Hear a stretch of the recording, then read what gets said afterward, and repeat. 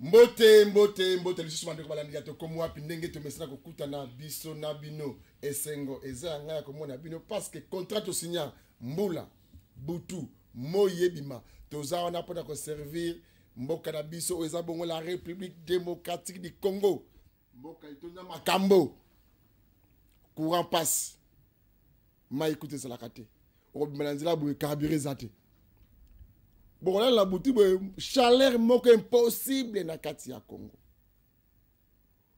bon fanda boye makamba politique o kuna ba yibi pour négocier ça va détourner ba millions gouvernement banda pete banda ko zela ngoti le gouvernement bi makate pays na biso zo leksa batamoko difficile ya makasi yango lelo na sepla ki mingi ya kozala nande ko na biso boye mingi Michel Mangala za communicateur ya Union Sacrée. Et puis, président, il y a une veille populaire. Il y a beaucoup de Congo. Il y a un Michel Mangala, il y a un Zawana. Il y a un Moussousou, il y a un Mingi, Papa Aoulenga, Kacheche, Emmanuel. Il y a un Bongo, chercheur. Patriarche, chercheur. Il y a un idée de Congo. Masoli de Rosola Lelo. De Rosola Masolo, il y a changement, il y a constitution de Mboka Congo.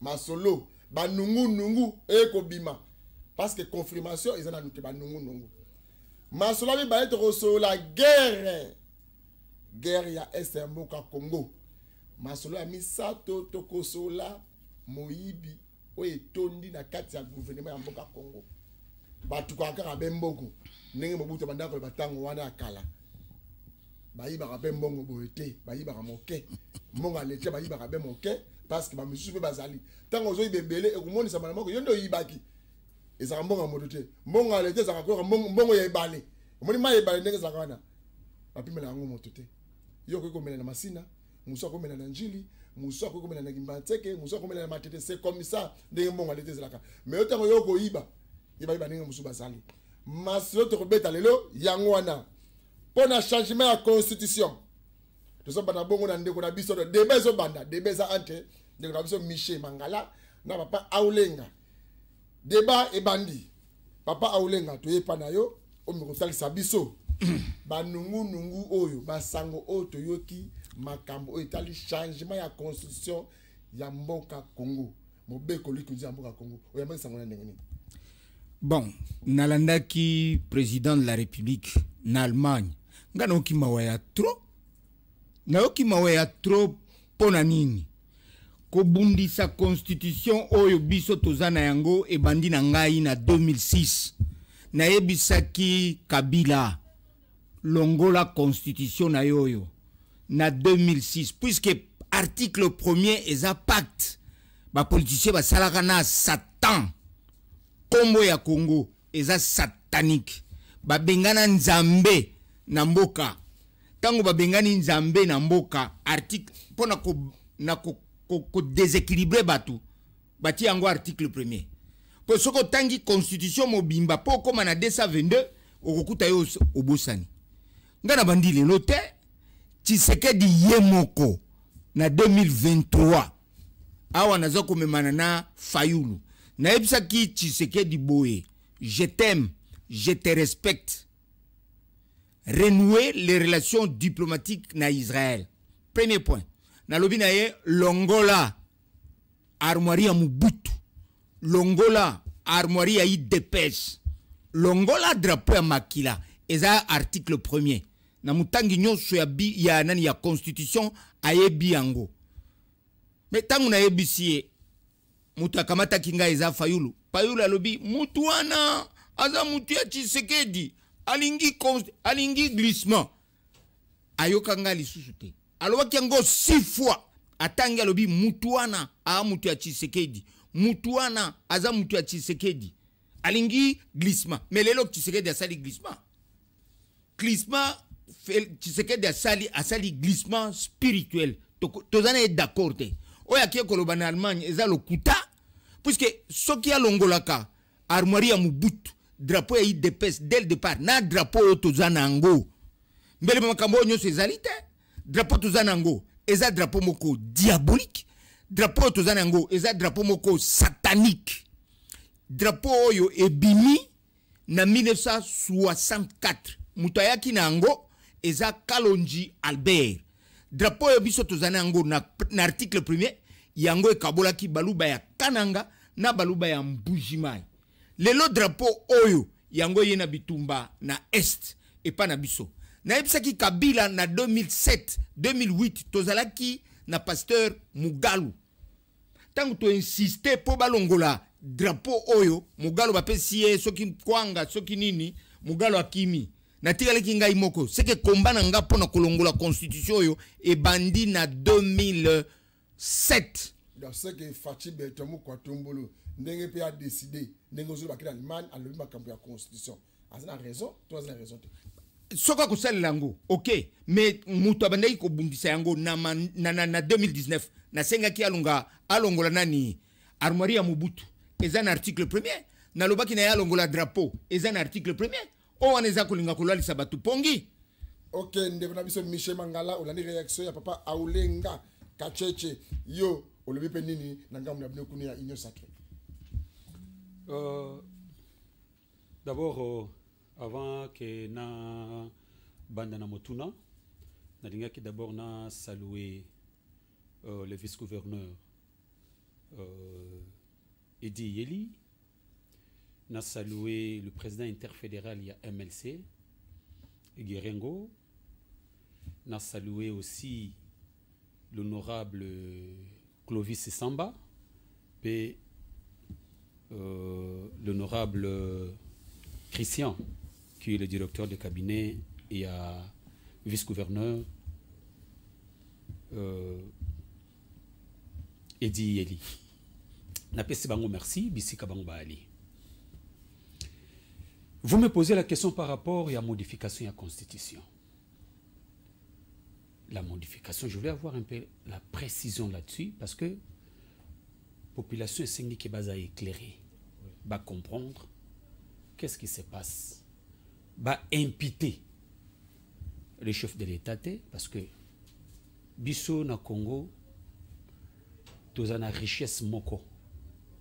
Oyo, les grands musiciens à Yemba, comment il s'appelle encore, nani Félix Wazekwa, qui est une richesse moko singama ba baxela ba congolais qui muté mamabe. Parce que là où les choses sont claires, mais il y a des gens qui viennent pour que ba komisa ngo kaka mwindu. Pona nini ba lingi ko mona elongi ya mutu anate. Or tozo bosana l'objectivité, tozo bosana intérêt à mboka pour que tout s'attache à intérêt partisan. Les gens croient que kaka mutu oya lingaka ceux qui a kotiwana nde ya kobongisa. Non, nous devons changer nos mentalités, nos façons de voir des choses. C'est pourquoi na tuni mutuna malgré aror langate na lingi qui na comprendre pour que na eyano la bato malamu. Nous parlons de la changement ya constitution ou de la modification la Constitution. Nous parlons de la modification. Il y a quelques articles. Merci. Comme nous parlons de la modification de la Constitution, c'est clair. La Constitution peut être modifiée. Nous avons vu ça en 2011 avec Kabila. Il a modifié la Constitution. Mais il y a une nuance. Il faut que tu comprennes le Coran. Parce que le lokomi sujet à débat, et bandi, bon, koulou toi ça là, après ça qui point de vue naïe, à souhaiter qui changement de la constitution, si je comprends bien. Oui. Et le bami na diaspora ya poto. Il faut modifier la constitution. La constitution c'est clair.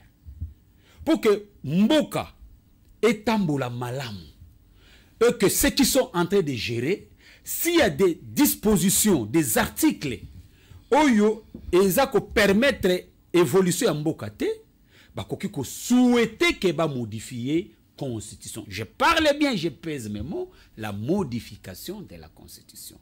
Parce que la modification de la constitution n'est pas le changement de la constitution. Nous devons être clairs là-dessus. Le changement, c'est quoi? Nakata constitution nabiso, constitution où ils ont verrouillé. Il y a des dispositions où yo etali quelques dispositions au Italie, par exemple, nini régime, ainsi de suite, bako modifier yangoti, n'est-ce pas? Mais ce qui est au Italie malamu, on n'a pas parlé du changement de la constitution, parce que le changement de la constitution veut quoi? Il faut un consensus. Consensus wana na banani na population congolaise.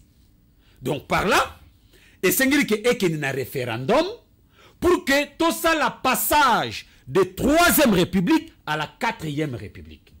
Mais ici, on ne parle pas na passage wana. Parce que passage wana, automatiquement, surtout memi mboka na référendum, donc tous ont quitté 3e République pour la 4e République. Mais ici, on ne parle pas du changement, mais on parle de la modification. C'est clair. On peut modifier la Constitution, mais il y a des dispositions qu'on ne peut pas toucher. Là, c'est clair. Vous avez vu, par exemple, dans 2006, Constitution d'Abisso, et ça qui scrutait il y a 2 tours. Par exemple, l'élection présidentielle. Kabila a modifié en 2011 à Longo 2 tours à commission un seul tour pour n'avoir intérêt partisan. N'est-ce pas? Pour n'avoir intérêt partisan à Tikala, à Luka, Kotikala na pouvoir. Ça c'est clair. N'est-ce pas? Et ceux qui maintenant le lot, bah législateur, bah monique, tout le monde a un tour, on a tout zongi sango na 2 tours. Ce n'est pas mauvais. Bah le bibongoté. Ce n'est pas. Non, non, je prends un exemple. Je prends l'exemple quand on parle de la modification de la Constitution. Oui, nous un plateau politique. Voilà. Exactement. Je suis politique aussi. Oui, oui, vous êtes aussi politique. Le but clair, balingi bo changer modification là, président a voté na Assemblée nationale tellement boyebike bozali majoritaire. Dans l'Assemblée nationale, ne peut pas briguer 3e. Non, non, non, non, non. On a même changement de régime, de tout comme un régime parlementaire. Or, cette disposition, ils ont verrouillé. Ils ont verrouillé. On a sous modification, on a comment? Changement. Alors, le changement, en tout cas, ça s'engage que moi. Ici, j'engage ni MLC, ni qui que ce soit, ça engage que moi, Michel Mangala, en tant que président des veilles populaires, j'ai dit ceci. Pour la modification, qu'est-ce que je dis? Le changement de la Constitution, je ne vois pas l'opportunité. Oui, le changement, je ne vois pas l'opportunité. Mais la modification, il y a l'opportunité. Oui.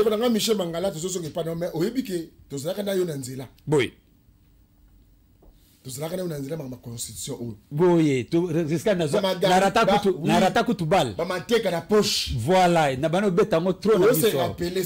voilà. L'histoire se répète. L'histoire, il y a 2016, 2015, 2014.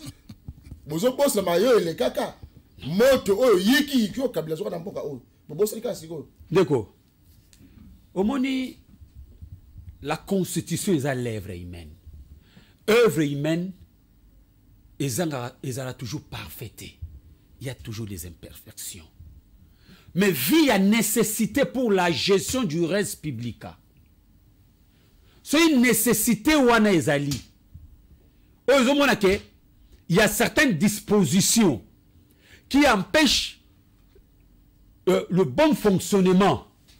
Il y a gestion Yamboka. On peut solliciter. La sollicitation peut être dans le gouvernement et dans un parlementaire, solliciter pour que revoir quelques dispositions. Mais ici, là où moi, j'ai bien dit, ngai na koko muna eloko na mabe soki balobi na kaya changement ya constitution. Là, il y a un problème. Okay, là, il y a un problème. Là, c'est Michel Mangala qui parle. Si on parle du changement, donc, tout le monde a 3e République, pour aller à la 4e République. Donc, c'est-à-dire constitution Oyo est tombée dans maille pour toute la constitution Moussoussou. Là, en tout cas, il y a un problème. Mais pour quelques dispositions qu'on peut modifier dans la constitution, il n'y a aucun problème. Tout ça n'est pas naïf. Donc, on a qu'à le peuple d'abord.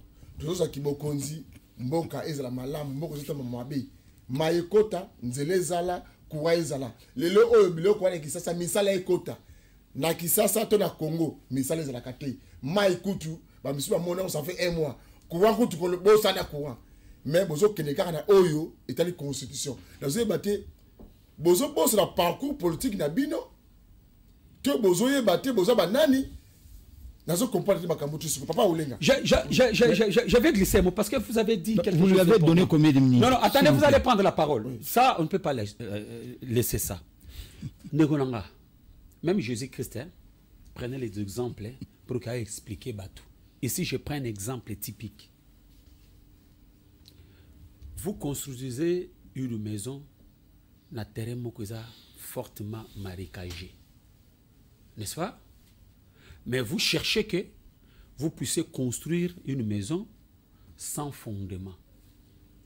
Est-ce que Nagwana est oumela? Mais ici, avec le président Félix Antoine Tshisekedi Tshilombo, il veut construire la maison. Mais qu'est-ce qu'il a fait?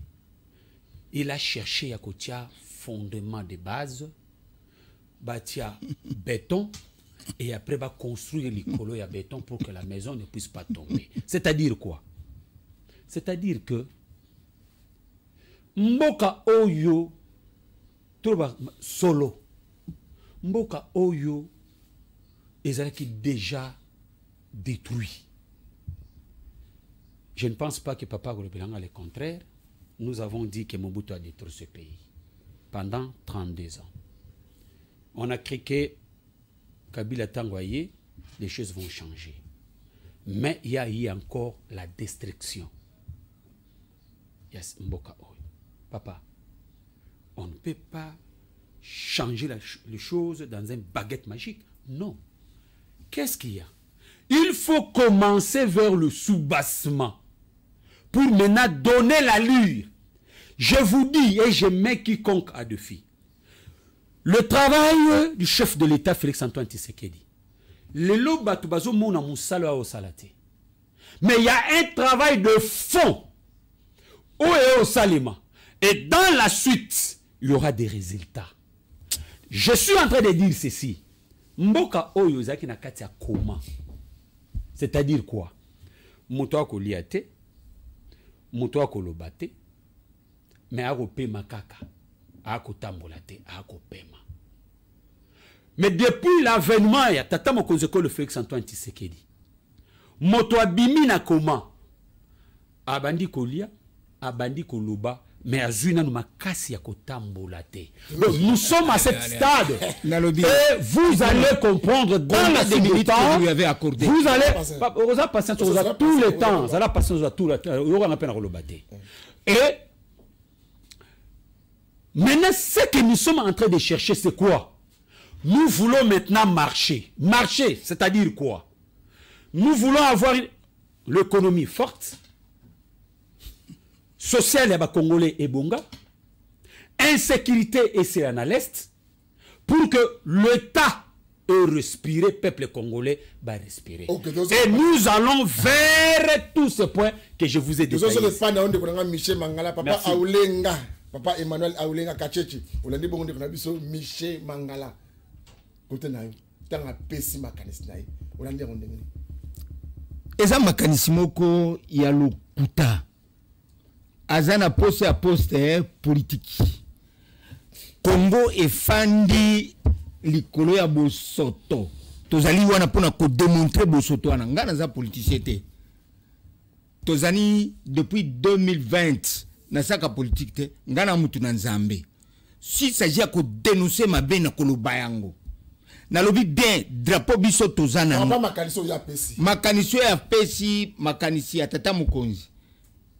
Avant. C'est pourquoi, en 2019, na epsa ki Félix Tshisekedi yé moko. Na lobi, ko salisa ba élection te, banda kolongola armoirie ya Mobutu, longola armoirie ya IDPS, longola drapeau ya Makila. Lelo na kotondola na ko détailler drapeau ya IDPS. Drapeau ya IDPS ba Congolais nyoso landa drapeau na esika ezali tala yango de très près. Ezana biloko misato.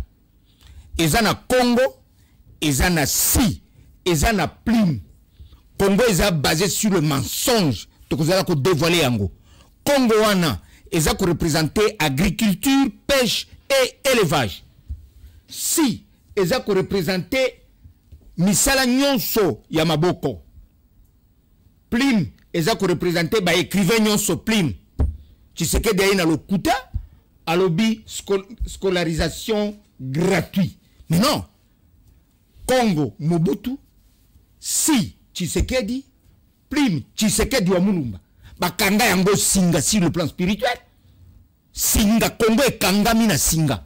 Tozoli abiloko zo talibanda. Tout ce que nous mangeons vient de l'extérieur. Tu vois, bana bazako tanga. Azo futa ba enseignant. Biso ba tutufanda kana périphérique. Bana bazako kima, bat koma kate. Yozo ko balbi enseignement gratuit.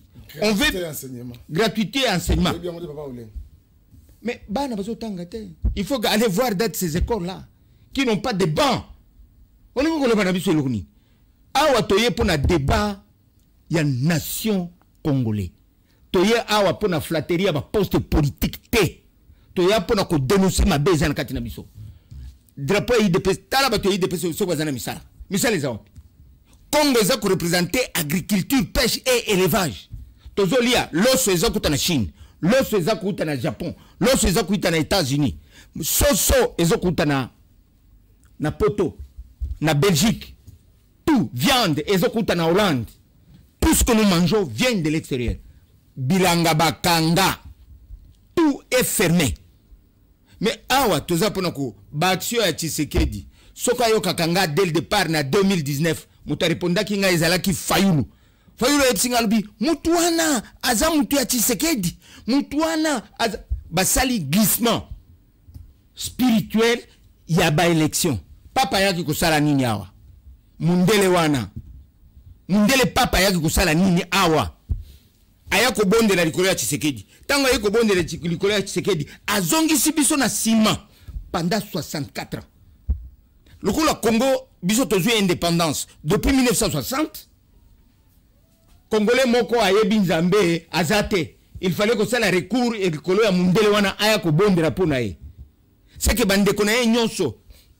Kamata Moïse Mbiye, kamata passer nani mukuna, bawo nyonso, bawo nyonso bayibi zambete. Bawo nyonso bayibi dioka. Oyo secrétaire général na ye atambelaka. Kabuya. Bango nyonso wana bayibi nzambete. Po bafandisa bokonzi na ye. Il fallait ko recourir na bokonzi ya mundele wana. Mundele wana yake ko bondera pona ni. Le Congo est fou comme il y a Mundele, il faut Afrique Mobimba. Ba fou kama, liboso ya Mamindele. C'est déplorable. Toko kendi wapi. On comprend. Oh ya zolo ba changement ya constitution, ake ko lobelango na Allemagne. Or que a évité que batunyos tout baza kolanda. Toko pour le moment ba discours ya mensonge, tout ça n'ango besoin té. Tout ça n'ango besoin té. Le peuple congolais, ba congolais bazo senga nini, ça va pas. Ba congolais bazo senga, Congo na bango ekende avant. Le Kula biso atili biso Premier ministre à moi aussi. Et ça va ordre ya Emmanuel Macron. Le Kula Emmanuel Macron atia ministre, atia nani secrétaire général ya francophonie. Mushiki wabo, yepa kamati premier ministre ya moi si ati. Moi je suis pas d'accord avec ça. Moi je suis pas d'accord avec ça. Au monde ndengango ezali. Oyo wana so sala aza ko dépendre na nini? Na ba européen? Batu baza ko payer minerai ya Congo ezali batu ya Union européenne. Yemo kwa fanda ka wapi? Tshisekedi yemo kwa fanda ka na Belgique. Bana na yeba nani? Ba Belge. Siège ya Union européenne ezala ka wapi? Na Belgique. Bitumbana yesi kosila. Boniko? Ok, toke desko kuna bitumba est papa ulinga. Miana mama emuke. Toye awa ngamoko débatteur. Donc ngani nazo kabola débat na zongna na miko. Na zongna sina maloba pa na ngamoko. Donc na Michel Mangalo à l'aise non? Très à l'aise, mais nazo que la papa Mawami. Toke na makambo itali guerre na est ya mboka na biso Congo. To leki makambo ya modification na changement ya constitution. Toke siko na makambo itali guerre Est de la République. Est la République démocratique du Congo. Ndeko Michel Mangala. Ni nezo sala ke ba Congolais ba kufaka. Biso to agisaka te. Ba boka bon. Ba Congolais ba kufa. Peuple congolais na ba solé na biso. Na ba wazalé no ba tout. Ba kozonga besima. Ezani no juste.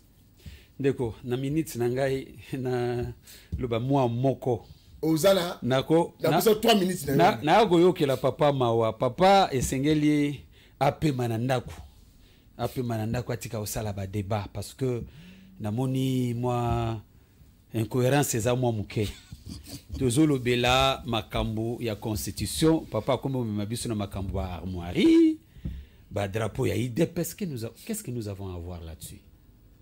Likambo soki ndenga utukoloba que nous dépendons de l'extérieur donc économie na biso eza extraverti mais eza likambo ya gestion esengeli kaka to bongisa gestion na biso to tia sérieux na kati ya gestion pour que makambo ebonga eza makambo ya armoirie te eza makambo ya drapeau te na ebite mamba drapeau wana kati makambo eosala nini donc nasengi papa il faut pema ozwa na moi tango na ndaku ou pas procéder na kopesa biso mo ba conseil otika débat parce que ngongana pe eleki tozongi mo moke na motuna yo tuni les problèmes de l'Est.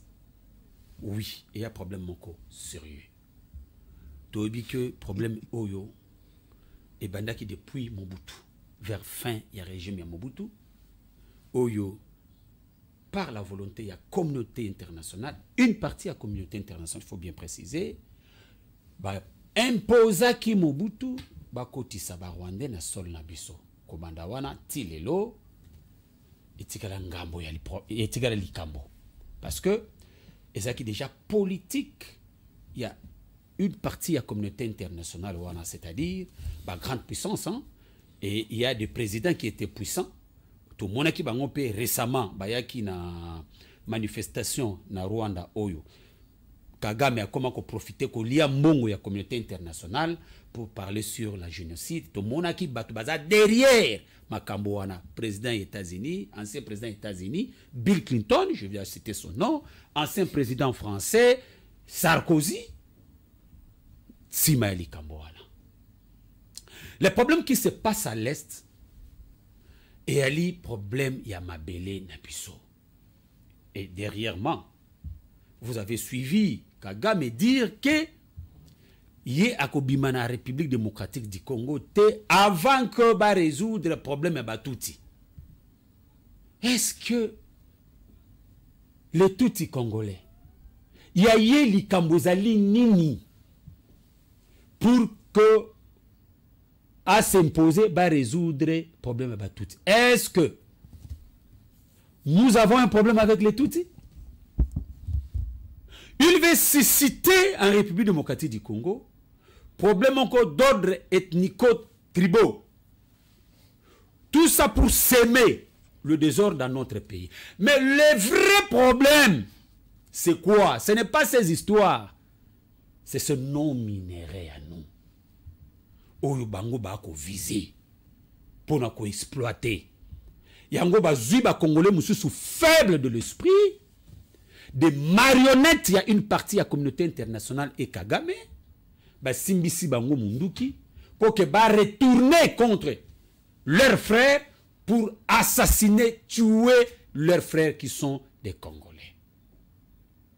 Donc en réalité, mon frère,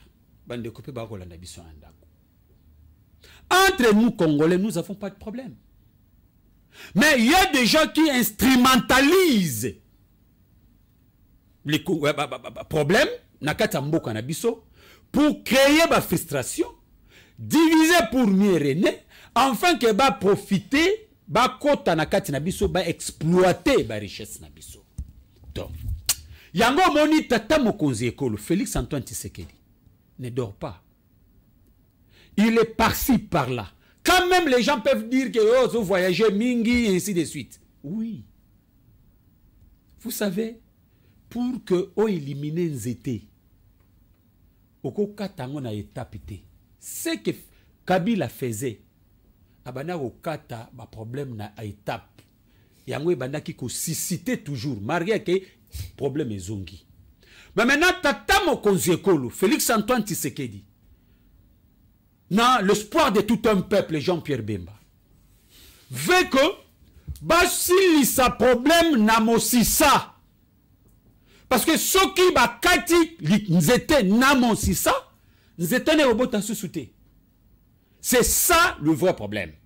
Alors, nous ne pouvons pas lâcher, quel que soit quoi. Faible du fait que parce qu'on veut la guerre, oui. Aujourd'hui, tu es de l'autre côté. Parce que ficelle Mundu qui est sombami. Mais maintenant, le vrai bagarre est allé contre le traître. Contre les ennemis qui sont congolais, mais qui travaillent pour un parti de la communauté internationale, qui travaillent pour Kagame. Et ces gens-là devaient être tous dénichés, bakanga bango, comme ça tu attaquer bango. Vous savez, hein, balbaka eloko nyonso eza na ngonga na yango. Okay. Moïbi akoyiba yo pendant 99 jours, mais 100e jour, ba okwaye. Rwanda est en train de tuer les Congolais. Mais, 100e jour, bah, au croyez. Bah, au croyez, bon, je réponds. Oui, papa Emmanuel. Je réponds. Oui. Je réponds. Bon. Pour la réaction, Nalandi, réaction, il y a Michel. Par rapport à la guerre et à Est. Par rapport à la guerre et à Est. Ezali Félix Tshisekedi, Moutabandi guerre yo. Voilà. Moutabandi guerre yo, et bandi la période, il y a Kabila. Na 2011. De 2011 na 2014, Bitumbezalaki na Ruchuru. Na Ruchuru, esika Kabila ki neosa la discours, alobi batu bakufa kaboyete. Batu bakufa ki 4 millions. Na 4 millions wana, na 2015, 2016, Bitumba elongwe pour vous montrer que eza esprit à ma bé, classe politique azana katinango. Elongwe, na Ruchuru, ekei na Kasai. Babengi yango kamwana nsepu. Kamwana nsapu. Kamwana nsapu. Elongwe na kamwana nsapu eke na Equateur. Na Equateur babengi yango anyele. Enyele. Soko enyele. Tangu babimisi yango na enyele na Equateur, ebimi na Equateur na enyele, ezongi na ba Congo. Ekomi ne mwanda nsemi. Elongwe na mwanda na mne mwanda nsemi lelo ekomi mobondo na kwamutu. Biso batutofanda kana na périphérie ya Kinshasa. Ekomi déjà na Kinshasa esprit wana. Babengi yango kuluna. Eza esprit eza na sima ya drapeau bino bozo bete la tolo. Drapeau wana bozo bete la tolo esprit wana eza wana. Lelo ba gouverneur aza capable ya kusirisa kuluna na Kinshasa te. Kimbanse ke Masina obandi na balabala kiala mukukulu kiala mukukulu tuana okiena kitanda kuna nyonso mesomo okoki kolekana wana na 18h 19h oza la propre lukula yo za boyete bako panza yo badnani baza ko panza yo bana mike 17 ans 18 ans 20 ans omonike eza esprit moko eza na kati na biso classe politique baza ko ladisa batu pongi kuluna wana baza capable ya kumaîtriser yango te e bandaka na biso te e bandi na 1964 yango le même esprit et divisaki bakasai mibale lelo ata o ba politicien zoluka poste ya kolia d'accord mais baluba ya kananga na baluba ya mbujimai bakoki koyoka na jamais esprit wana batu bayaki nango izanani Albert Kalonji na mbujimai akaboli baluba ya kananga na baluba ya mbujimai lelo ba transférer yango na Congo mobimba esika drapeau wana iza kopela esprit wana iza na sima drapeau nini drapeau o eza ya rouge na katikati divisé pour mieux régner o eza ya République démocratique contre ça la lelo oui drapeau wana ezali faux drapeau Congo azaka na drapeau na ye ya 7 étoiles oyo Lumumba yaki nango drapeau wana eza drapeau ya Nzambe ezaka na Bible ba drapeau na Bible eza misato drapeau ya Israël eza ko représenter ensemble ya Asie drapeau ya Congo eza ko représenter l'ensemble de l'Afrique et les drapeaux de l'Union européenne eza ko représenter Europe Canada et États-Unis mais ba congolais ba boya yango ba congolais ba boya drapeau wana balobi non eza drapeau ya palu eza ka drapeau ya palute eza ka drapeau ya Nzambe so nga naza ko défendre ba cause ya Nzambe OK to kebongo na makambo itali vol en RDC eloko ba bengi moyibi et commis na miso batonyo surtout sina ba itando ke bo mona ke ministre titel bazotanga ba millions o yibami mais ozomona basa ka 5 km ezosenga 100 000 200 000 dollars mais ozomona ministre azoyiba 1 million de dollars 500 millions de dollars eyibami et que place pe ke eyibanite ndeko nanga Michel Mangala alingo pesa mo mukeibe makambu ni nezoleka na makambu itali ba lampadaire makambu itali 145 territoires ministre à finance aza impliqué tous impliqué. Non, si on a eu parler sur Yango, je devais amener quelques documents que j'ai. Oui, vol en RDC. Namoni, Likambo Oya ba lampadeur, balingi de ba salir image ya ministre Kazadi, ministre à finance. Parce que il y a des gens. Les vrais problèmes, ils ont la IGF, ils ont la Ngobila.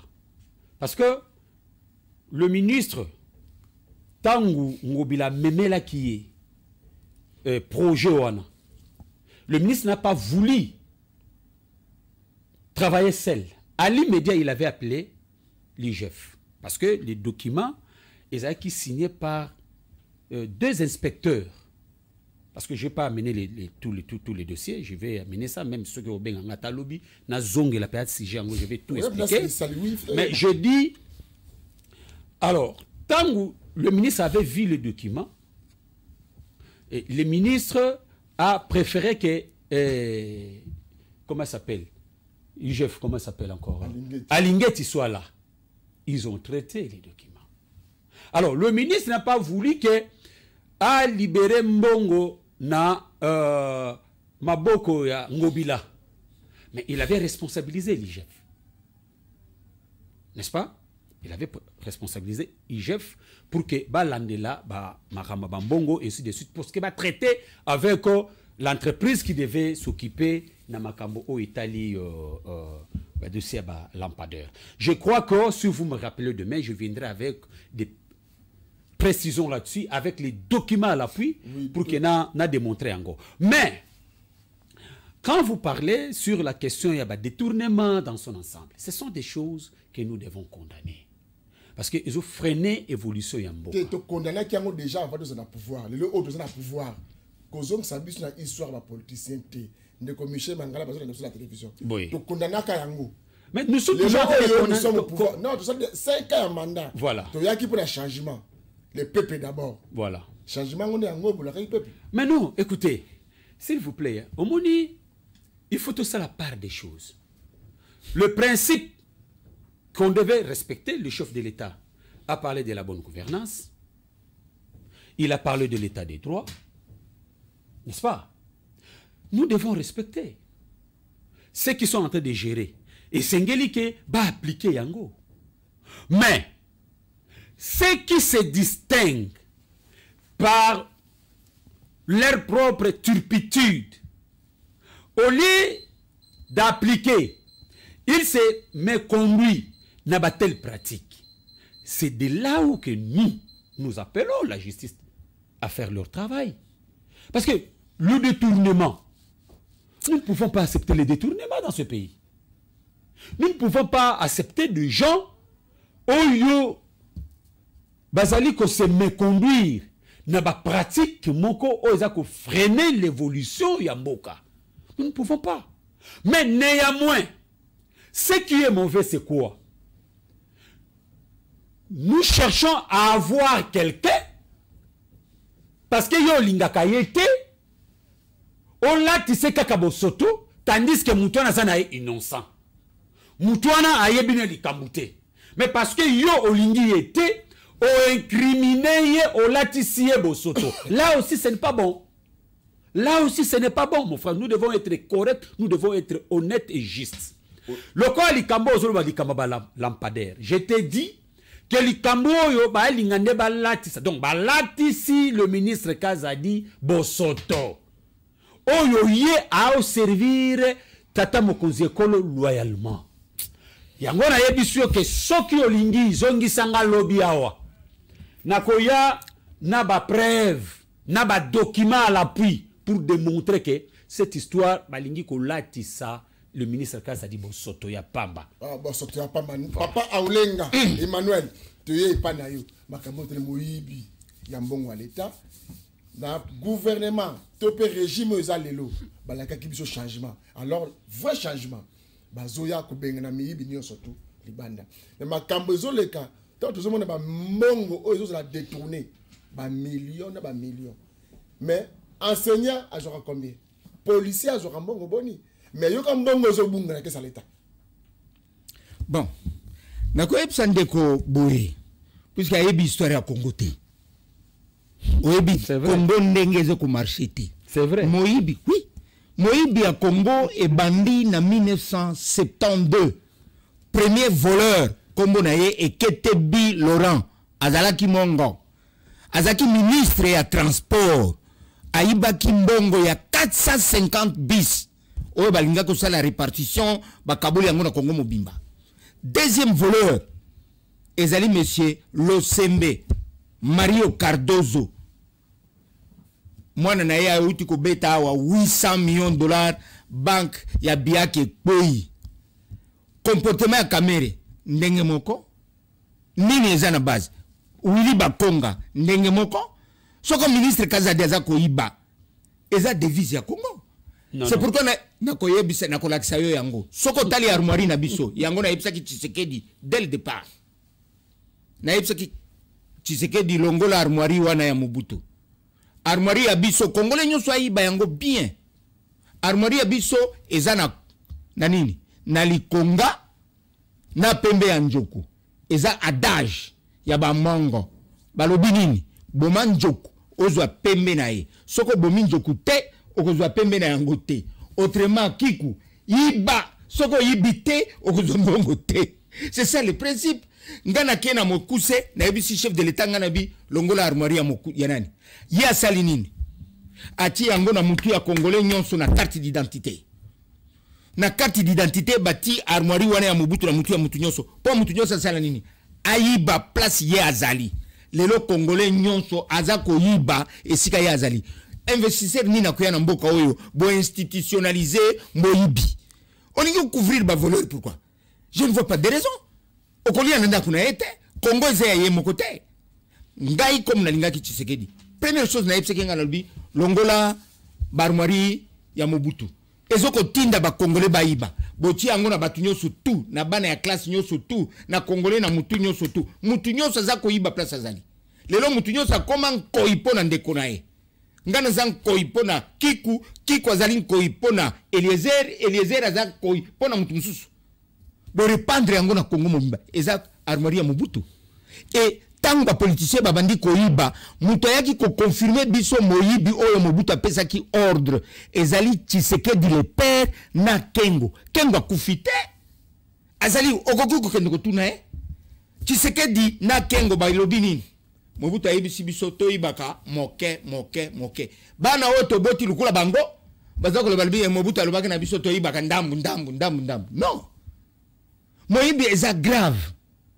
batu nyonso bo oyo baza koyiba heureusement que batu mususu baza koyiba atongia mais batu mususu baza koyiba baza kotonga na poto le ministre Kazadi soko baza koloba aza koyiba aza numéro 1 te eza le même comportement na nani na Willy Bakonga eza le même comportement na nani na Kamere le même comportement na nani na Losembe oyibi ke Losembe ayibi 5 mal ake nango na aéroport ya Zeventem bakangiye tango bakangiye alobi ngana za portugais na congolais te Mobutu na stade ayeboye aza kusala boye Losembe batonyele yo wangani lelo kozaka Losembe te esika uzako kende milimo ya bakoko elandana nayo yo ibango mwebi ya ba politicien bandile lote a 1982 Mutoyaki koloba yango tata ya Tshisekedi ayebi yango. Ba politicien baza koyiba lukula bana mike oyo bayiba kana na marché. Yeso koloba iloko nini? Soko baza koyiba c'est normal. C'est institutionnalisé. Ezala kati armoire na biso. Tangu na yebiseki Tshisekedi ngana bi longola armoire wana. Amona ki angol kula ngana za mutu aliboma. Lelo ndoko se plaindre oh Willy Bakonga balingi ko salir olingi couvrir pourquoi? C'est institutionnalisé. Nicolas Kazadi, yoko institution, ko bomba ye pour quelle raison? Mouibe bandi le lote 1972. Ok, papa Aoulenga, émission de comme dans Souka. Nous tournons à Souka, moi, je suis dans mon corps, je suis dans mon corps, je continue l'émission. Bon, petit bandi rendez-vous. Mon collègue Moselle, quand même, on compte la soupe de Mibalé. Bon, je comprends, c'est mon idée. N'est de quoi évoluer, Mboka au Congo. Élection, il y a un gouverneur, il y a Mboka Congo. Remplacement officiellement yango bilambaka ezali bongo ndeko na biso Bumba na ndeko na biso Edi Iyeli ndeko na ngai Miché olala kisangona ndenge ta yoka kina batoyo baza ba kitani direct o ba voter comme gouverneur ndeko na biso Bumba et puis vice gouverneur Edi Iyeli et c'est là que on ndenge pour ndenge kisasa eza ko pola insécurité maizate kurezate l'autre truc coûte kolobate. Et là, c'est là qu'il y a malamu parce que le choix y a bakino est respecté entre Ndeko Edi Iyeli na le gouverneur Daniel Bumba. Je pense que Tata Mokonze Ekolo, Félix Antoine Tshisekedi Tshilombo, na l'espoir de tout un peuple, Jean-Pierre Bemba Gombo, bayoka ki sengi ya bakinois que Ndeko Daniel Bumba na Ndeko Edi Iyeli bakamba ville ya Kinshasa. Et là, que l'ami Balé Sala Kinga et Sengwezalinini, parce que ba député ya Union Sacrée, balanda qui mot d'ordre, oui, Pesamaki, et pas il y a l'espoir de tout un peuple, Jean-Pierre Bemba Gombo, na le secrétaire général, qu'est-ce que je voulais dire? Le secrétaire général, il y a MLC Kouloutou Babala, na le secrétaire général, il y a IDPS Augustin Kabouya. Ils ont respecté mot d'ordre wana pour que Ndeko Daniel Bumba na Ndeko Edi Iyeli bakamba ville ya Kinshasa. Mais et loko maintenant eza motuya parce que ezali privilégié mais ezali responsabilité. Na yebi que batante ezali ebele. Mwana mboka ngobila ye moko na malobaneza Michel Mangala te aza ko inventé. Yemoko na micro ya ba confrère na bino ya Top Congo alobi boui na kutaki Kinshasa salite pe na tiki yango salite malobane sala kinga pasi na motema na mituni donc yendenge azalaki wana azalaki nde na mission o batindaki ye pour que atika ville ndenge ekutaki pe aboma lisusu ville ou ezali incompétence ou azalaki na capacité te ya kobongisa ville ya Kinshasa et déranger Kinga. Yango na ko lancer appel na bakonzi oyo bako sala remise et reprise pour que ba diriger ville ya Kinshasa baza na conscience que Kinshasa eza kokufa ba salité ezali partout na kati ya ville ya Kinshasa ba embouteillage eva na kati ya ville ya Kinshasa bakinois bakosala musala te kuluna evani na kati ya ville ya Kinshasa ba prendre conscience ba pesa ba solution na ba problème wana nde ya solo wana bakozala pena espoir ya bana ya Kinshasa parce que bana ya Kinshasa ba tie motema na bango epai ya Daniel Bumba na Edi Iyeli mais na ali convaincu ndeko mususu ko benganga awa so makambo etamboli to ko benganga mais pona Edi Iyeli na Daniel Bumba na li convaincu que bandeko oyo en tout cas bakosilisa nyonso te mais au moins à 60% ils vont donner des solutions à problème à Kinshasa. Papa Aoulenga, papa Emmanuel Aoulenga Kachechi, on a dit qu'on a besoin de passer ma canisse, ma camp, Italie, élection, il y a gouverneur et vice-gouverneur, ville de Kinshasa. Yopo yambi sa ngonde nini, biyo batasuka mboka kuna. Biso ndenge bayambe baponi gouverneur ya sika na sepeli.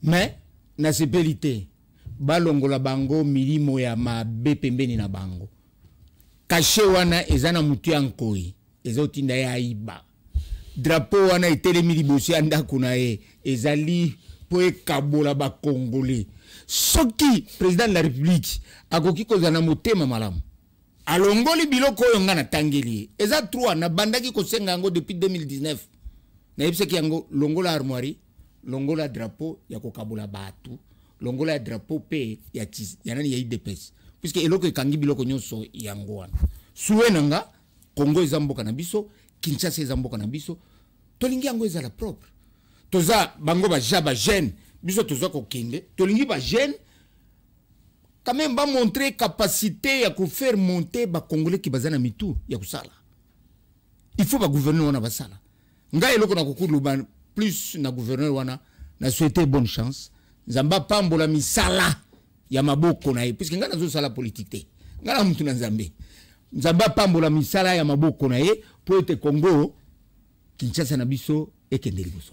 Ok, c'est là qui bongo cher nabiso papa Aulenga Emmanuel Kacheche yende ayaki ko pesa ngoma kanisi na kambo etali freinage moyibi nini ko lekana mboka nabiso Congo sur le plan spirituel ndeko nabiso pe Michel Mangala yaki wana comme communicateur ya union sacré cadre MLC ayaki pe ko pesa makanisi na ye na makambo etali changement to pe modification de la constitution guerre na est mboka Congo na vol oyo le régner mingi makambo etali moyibi kanyaka moyibi ya kanyaka na RDC bolandi moi makanisi o bandeko ba pesi wana lobi pe kuna susu tozoni bandeko mibale botala nanu parce que to so luka solution ti to wuti wapi to komi wapi to kenda pe wapi mboka na biso Congo to lakaki ba imboka changement vrai changement yango eza wapi que demande le peuple congolais ko senga nini na suku mukolo malelo tikete kimia kolonzambe eyingela na mabote na bino ndeto kute mkomalopi